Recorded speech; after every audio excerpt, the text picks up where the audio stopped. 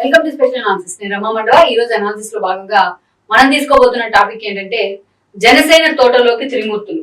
ఈ టైటిల్ ఖాయం చేయడం జరిగింది. మనం త్రిమూర్తులకు సంబంధించి తోట త్రిమూర్తులు మనకు తెలిసిందే.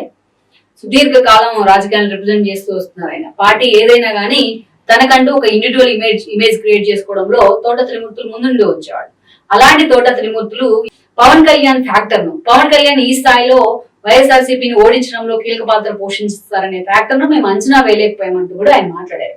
ఎప్పుడైతే పవన్ కళ్యాణ్ కి సానుకూలంగా ఉన్నతున్నట్టు ఆయన మాట్లాడే ప్రయత్నం చేశారో అప్పుడే తోట త్రిమూర్తులు జనసేన వైపు వస్తున్నారన్న చర్చ జరుగుతోంది. అయితే ఇది ఈ రోజు కాదు. ఈ చర్చ తోట త్రిమూర్తులు జనసేన వైపు చూస్తున్నారనే చర్చ ఈనాటిది కాదు. గతంలో కూడా చాలా సార్లు జరిగిన బట్ జగన్మోహన్ రెడ్డి అనుకో మాత్రం ఆయనకున్న ఒక రెప్యుటేషన్ దృష్ట్యా తోట త్రిమూర్తుల్ని తమ పార్టీలోనే హోల్డ్ చేసే ప్రయత్నం చేశారు. తాను ఎంతగా కన్విన్స్ చేస్తున్నా ఆయనకి పూర్తి స్థాయిలో మండపేటను పంపించే ప్రయత్నం చేశారు తన రామచంద్రపురం కాన్స్టిట్యున్సీ నుంచి. ఇవన్నీ భరిస్తూ వచ్చారు తోట త్రిమూర్తులు. కానీ ఈ రోజు తన ఓటమిని మాత్రం భరించలేకపోతూ ఉన్నారు.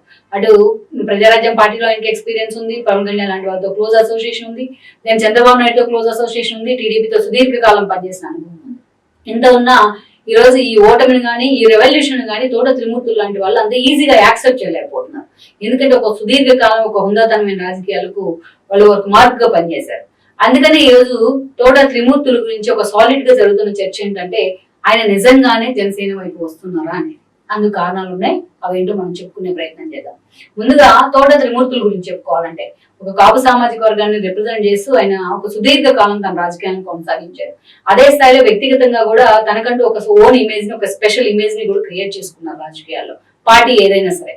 అలాంటి తోట త్రిమూర్తులు అంటే మనకు టక్కును గుర్తొచ్చేది రామచంద్రపురం కాన్స్టిట్యున్సీ. పర్టికులర్ గా తోట త్రిమూర్తులు ఫస్ట్ గా టీడీపీ నుంచి ఆయన ఓన్ గా ఎమ్మెల్యేగా గెలుచున్నారు. అక్కడి నుంచి టీడీపీతో అసోసియేట్ అయ్యారు. సుదీర్ఘ కాలం టీడీపీ నుంచి ఎమ్మెల్యేగా ఉంటూ వచ్చారు. ప్రజారాజ్యం నుంచి పోటీ చేసి ఆ రోజు పిల్లి చేతిలో ఓడిపోవడం జరిగింది. ఆ తర్వాత మళ్ళా టీడీపీలోకి వచ్చారు. టీడీపీ నుంచి గెలిచారు 14లో. దాన్ని గెలిచిన తర్వాత మళ్ళీ ఆయన మంత్రి పదవులు లాంటివి కూడా దూరంగా ఉంటూ వచ్చారు. అప్పుడు ఉన్న ఈక్వేషన్స్ లో ఆయన ఫిట్ అవ్వలేదు మంత్రి పదవులు. ఆ తర్వాత వెంటనే 19లో వైఎస్ఆర్సీపీ గెలిచిన వెంటనే ఆ పార్టీలోకి వెళ్ళున్నారు.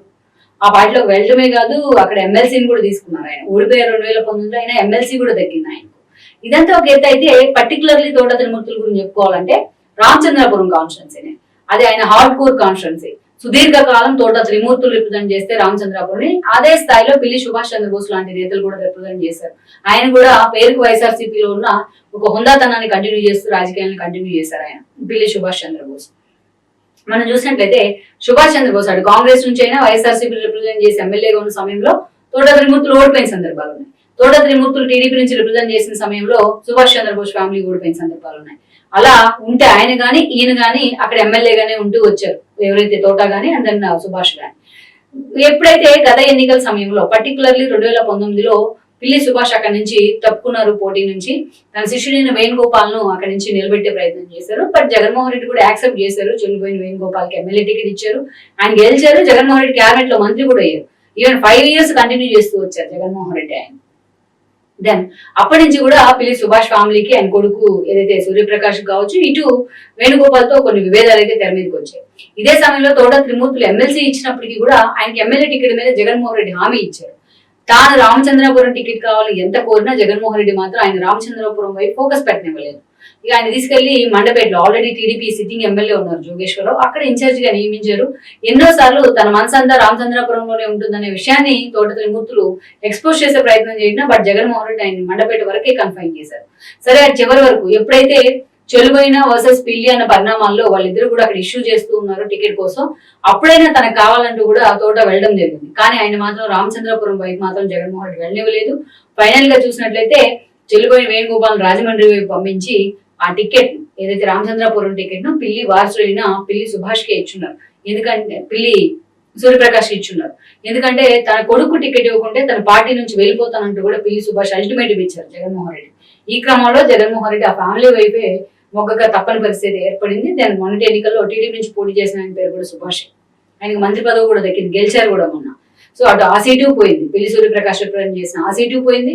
ఇటు మండపేట నుంచి త్రిమూర్తులు పోటీ చేస్తే అందరూ ఊహించినట్టుగానే ఆ సీటు కూడా పోయింది. జోగేశ్వరరావు మరోసారి ఎమ్మెల్యేగా గెలవడం జరిగింది.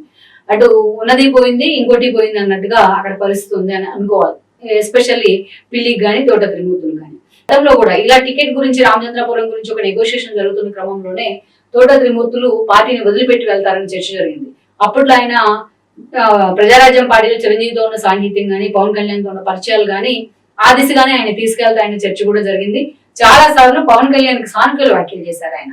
ఎప్పుడంటే ముద్రగడ పద్మనాభం లాంటి వాళ్ళు పవన్ కళ్యాణ్ వ్యక్తిత్వాన్ని హననం చేసేలాగా మాట్లాడుతున్న సమయంలో మనం తిట్టుకోవద్దు, మనమంతా ఒకటే అన్నట్టుగా తోట త్రిమూర్తులు మాట్లాడారు. అప్పట్లో కూడా ఇది ఒక కాంట్రవర్సీ అయింది. తోట త్రిమూర్తులు పవన్ కళ్యాణ్ ఎందుకు బ్యాంపర్ చేస్తున్నారు వైసీపీలో ఉంది అనేది. ఇక తనకు రావాల్సిన బిల్స్ విషయంలో కూడా జగన్మోహన్ రెడ్డితో నెగోషియేషన్ నడిచింది. బట్ ఆ బిల్స్ రిలీజ్ చేయని కారణంగానే జగన్మోహన్ రెడ్డి మీద కూడా ఆయన ఆగ్రహంతో ఉన్నారనే చర్చ కూడా నడిచింది ఒకప్పుడు.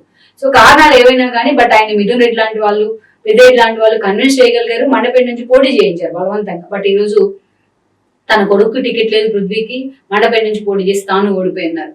ఇలా అదే ఈ రోజు తోట త్రిమూర్తులు ఏ జనసేనలోనో ఏ టీడీపీలోనో ఉంటే మంత్రి పదవి రేస్ లో ఫస్ట్ ప్లేస్ లో ఉండేవాళ్ళు ఆయన. ఈవెన్ జనసేనలో ఉన్నా కూడా అంత సుదీర్ఘ రాజకీయ చరిత్ర ఉంది కాబట్టి. సో తన చేతులారా తన స్వయం కృతాపరాధంతోనే ఈ రోజు తోట త్రిమూర్తులు ఈ పరిస్థితి తెచ్చుకున్నారు ఒక చర్చ అయితే. ఇక రిజల్ట్స్ వచ్చిన తర్వాత మీడియాతో మాట్లాడుతూ పవన్ కళ్యాణ్ ఫ్యాక్టర్ ని మేము అంచనా వేయలేకపోయినాం, పవన్ కళ్యాణ్ ఫ్యాక్టర్ ఈ రోజు ఒక ప్రపంచాన్ని సృష్టించింది అనే విధంగా ఆయన మాట్లాడారు. ఎప్పుడైతే ఇలాంటి మాటలు మాట్లాడారో అప్పటి నుంచి కూడా తోట త్రిమూర్తులు జనసేనలోకి రాబోతున్నారని చర్చ అయితే హాట్ టాపిక్ అవుతూ వస్తుంది. ఈ రోజున జనసేనలోకి రావడమే కాదు, పవన్ కళ్యాణ్ తోట త్రిమూర్తులు లాంటి వాళ్ళు వస్తారంటే అదే స్థాయిలో ఆయన వెల్కమ్ చేసే అవకాశం కూడా ఉంటుంది గతంలో ఉన్న పరిచయాల దృష్ట్యా. అందుకే ఈ రోజు తోట త్రిమూర్తులకు సంబంధించి చర్చ అయితే మాత్రం గోదావరి జిల్లాలో ఒక హాట్ టాపిక్ అవుతుంది. గోదావరి జిల్లాలే కాదు, ఆయనకున్న ఒక పొలిటికల్ బ్యాక్గ్రౌండ్ దృష్ట్యా చాలా సీరియస్ గా హాట్ టాపిక్ అవుతుంది ఈ ఇష్యూ. మరి ఎంతవరకు కూడా తోట త్రిమూర్తులు వైఎస్ఆర్సీపీకి ఇంకా భవిష్యత్ లేని పరిస్థితుల్లో ఈ రోజు జనసేన వైపు చూసే ప్రయత్నం చేస్తారు. జనసేన అధినేత ఆయన ఎంతవరకు కూడా రెడ్ కార్పెట్ పరుస్తారు అనేది మనం చూడాలి. అందుకే మనం ఇక్కడ తోట త్రిమూర్తులు కాబట్టి జనసేన తోటలోకి త్రిమూర్తులు అనే టైటిల్ కూడా ఖాయం చేయడం జరిగింది.